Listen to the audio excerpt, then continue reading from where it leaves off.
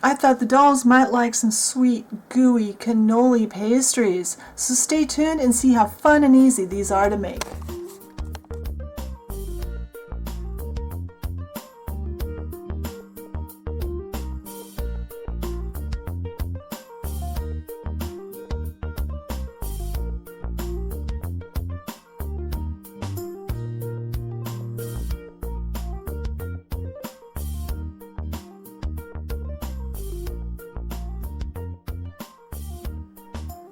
Alright, so first we're going to make up our clay for the shells of our cannolis.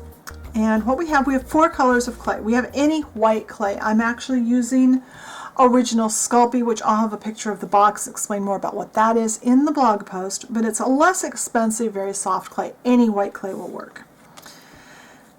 We have, we're not going to talk parts on this, I'm going to talk proportions on this one because it gets confusing if I talk parts for the amounts of clay we're using. So you take this one, about half as much of the white as we have white, we have Primo Ecru. It's a tan beigey color. It's a nice dough color, but too dark by itself. And we need to do some manipulating to make it look right. Now, the amount of ecru we have, about half as much of that I have in Sculpey sweet potato, and then about half as much as I have of that I have Fimo sunflower. So we've got quite a bit of clay here, and we're just doubling. So the yellow, twice as much of the yellow, we have orange. Take the amount of orange, double it, we have that amount of ecru, double that, we have that amount of the white. So I'm going to condition these and I'm going to mix them together. When I have them mixed and blended nice and smoothly and a nice color, I'll come back and we'll make some cannolis. Alright, so now we have our clay all mixed and rolled out. I have about half of it at a time because it gets a little big to handle. Now we're going to texture. So I have a couple of things I'm going to texture with. Several actually. I have my usual piece of sandpaper. I've used this one a lot. You've actually seen this very same piece of sandpaper. This is one of those dish scrubbing things. It's got a good texture on it. I like this. This is just a wad of aluminum foil. I have something for the other part. So let's start with these. We're going to start with the most aggressive. You don't want to overdo with this one. Just a little bit. Get some texture started.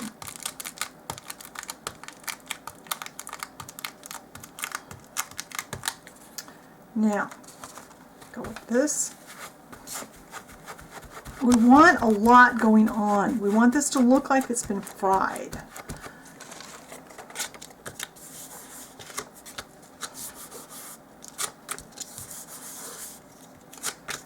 And then I also have, this is, I have one of those old sanders that takes the funny shaped pads called a mouse.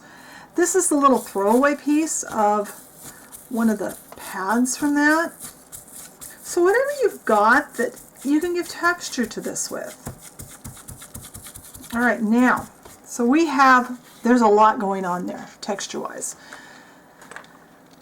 I have a 1 and, I believe a 1.5. Let's see what this is. Yes.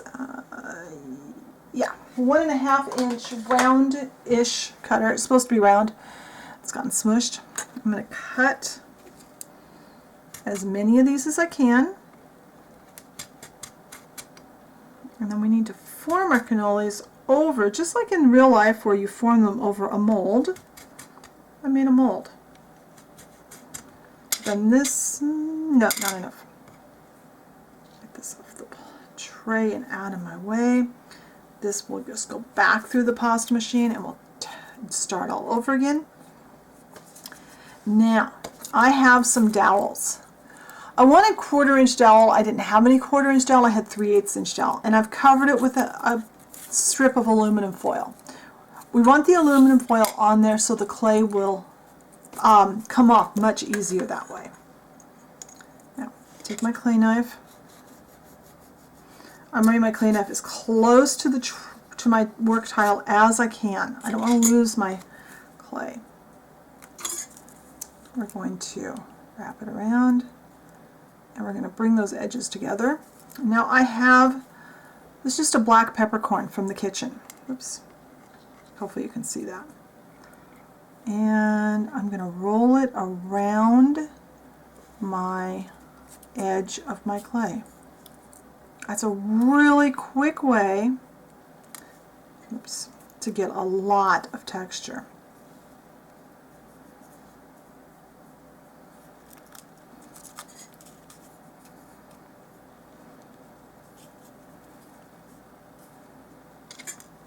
Let's do that again. This time I'm going to try and get that wrapped around a little more. I'm going to make this a little bit longer so that it fits. That's a little better. Try not to smush it too much while you're getting to smash together there on the edge. But by running this peppercorn around this edge, getting a lot of texture, and yeah, it's going to run away. It's kind of to be expected. It's round. Bring a couple of extra peppercorns in with you because otherwise you're going to have to run back to the kitchen to get one. Alright. I'm going to continue making the rest of these. I'll get them to this step and then I'll come back and we'll go on to the next step. Alright, now I did get on this one, I got them a little too close together, so don't go quite that close together. And when you're all done, if you feel like you've lost texture, now is the time to go back with one of your tools and texture where you may have smushed it with your fingers, trying to get that edge done. Now we need to use some chalks, and we need to put chalk on, like we do on any kind of bready type food. So I have 3 colors of chalk. I have my yellow ochre, which is almost gone. I'm going to find myself another stick of yellow ochre really soon. Then I've got 4 of these sticks like this with 4 each, so I need quite a bit of chalk. And I've got some clay left from what I mixed. I have this kind of reddish brown. This is my normal mixture of colors of clay and just a little bit of a dark brown. Now, eyeshadow brush from the dollar store, starting out with the yellow ochre. We're going to pretty liberally brush this around, get this all golden brown. And then we're going to take just a little bit of this reddish color and hit some of the edges that maybe got a little more cooked, and even less of this dark brown. Just touch, just a few spots. And I like to follow up with a little more yellow ochre over the top. I'm going to color all of these. The other thing I did to prep for this project is I have some pieces, just some very, very thin snakes of a very dark brown. I believe this is raw umber. It's a dark brown. It's a chocolate color, basically. I just made very thin snakes. We're going to chop this up to use as a garnish of chocolate chips when we're all done. So I'm going to finish chalking all of these. I'm going to take them to a 250-degree oven, and I'm going to bake these for about 10 minutes. And when they're all baked, we'll come immediately back here while they're hot, and I'll show you how to get them off of these molds. Alright, this is fresh out of the oven, so it is warm. So I'm going to, whoop, those are warm. These all off of my paper plate, so I've got room to work. Drop those there.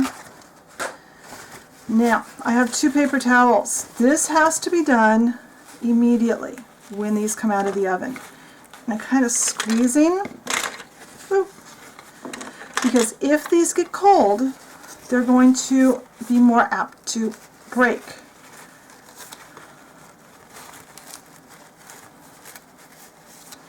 There. First one down. I'm going to remove them from all the other 3, and then these need to cool down to room temperature before we can do our next step. Hold on, that's fine. Alright, so these have now cooled to room temperature, and I've cut some little pieces of chocolate from our little brown snakes. So now I have some brilliant white latex caulking, and this makes really good filling for stuff like this. And you could use what am I wanting to say? You could use a pastry tip on the end of this if you wanted to. I'm trying to find what I need. And I'm going to just drop some of these on here.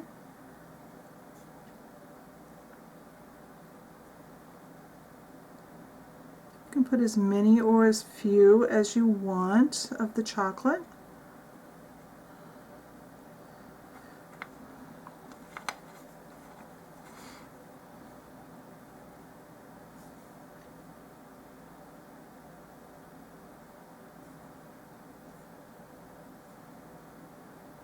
But that is how we fill our cannolis. Let's see if I can do another one. Let's see if we can make it not quite so...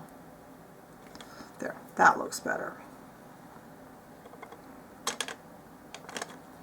That looks a little bit better, coming in from both sides. I like to use something to poke the chocolate down. Whoops, that one's a little too far. Let's see if we can get this one down, because this one is really oversized.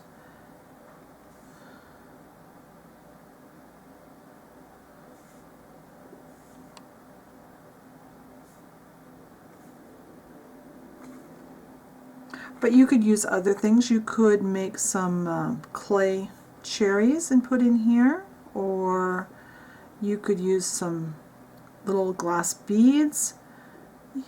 Use your imagination when it comes to what you want to decorate your cannoli with. I'm going to finish filling these and decorating them, and when they're done and dry, I'll come back and we'll take a look at how these all look when they're done.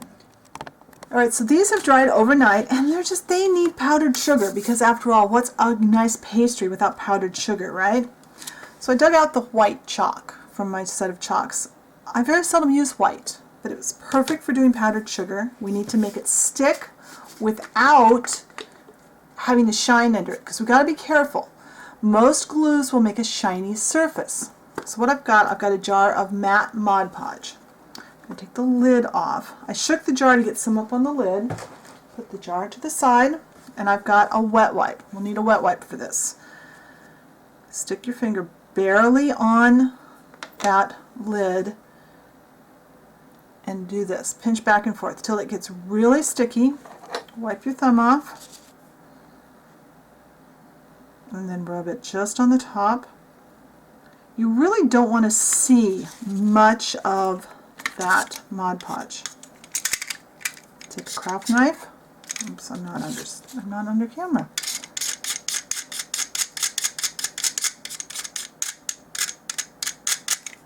And it will only stick where that Mod Podge was. Now you have to do this pretty quickly. We'll do this again. Dipping my finger. And I got too much that time, so I'm going to wipe my thumb off. That's better. And then do that. That got rid of part of it. When it starts to stick, you know that you've got it kind of tacky. You've taken a lot of moisture out of it. If you got a little too heavy-handed with that dark brown chalk, this is a good way to hide it.